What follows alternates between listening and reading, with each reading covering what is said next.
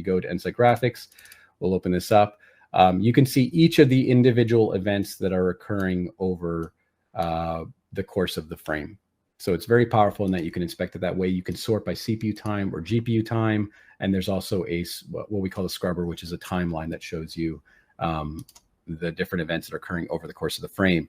This is a very, let's say, simple application in that all it does is one single trace raise, and everything is done via ray tracing. So the shaders are where the complexity are, but the application itself is very simple.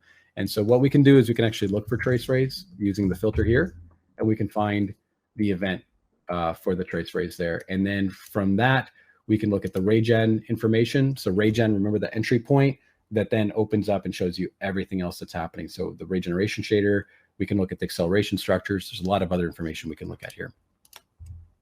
So from the API inspector, we have all this information available, including the pipeline state object, binding information, and you can even look at the shaders directly and edit them if you wanted to. So there's actually an edit shader button that you can click. And then if you do have the original source code and you compile the shaders with debug info, we'll have what's called the symbol data that allows us to connect the generated output shader and the original source code. And then you can just go and start editing that here. This is really great because it improves your ability to do very fast iteration. So if you wanted to test out some ray tracing functionalities or make some changes to see if it's a performance change, you can just go do that really quickly with the edited shader here.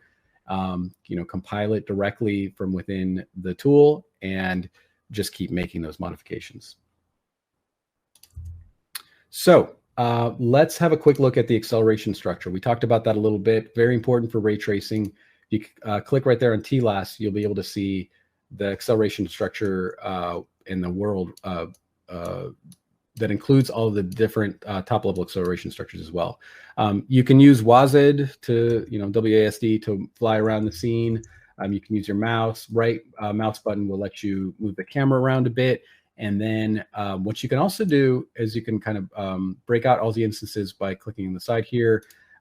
Double click will take you to that location. You can also double click with the picker in the world view here. So if you double click here, for instance, it'll take you to that location or as close as possible for inspection. And when you've done that, what's great is it'll show you the entire stack of the instance, the top level acceleration, the bottom level, and then the triangles associated with the bottom level acceleration structure too. So you have your ABB, and then you have the actual triangles that represent the geometry there.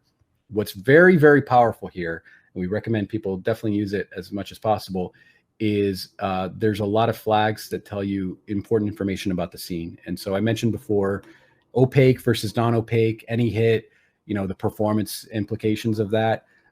You can actually go and colorize the different parts of the scene so you can see what is using what flag and make sure that you've configured your world properly. So if I was using alpha test and I needed non-opaque, I could see that that's working properly. Maybe rendering was broken and I could see that it wasn't used properly.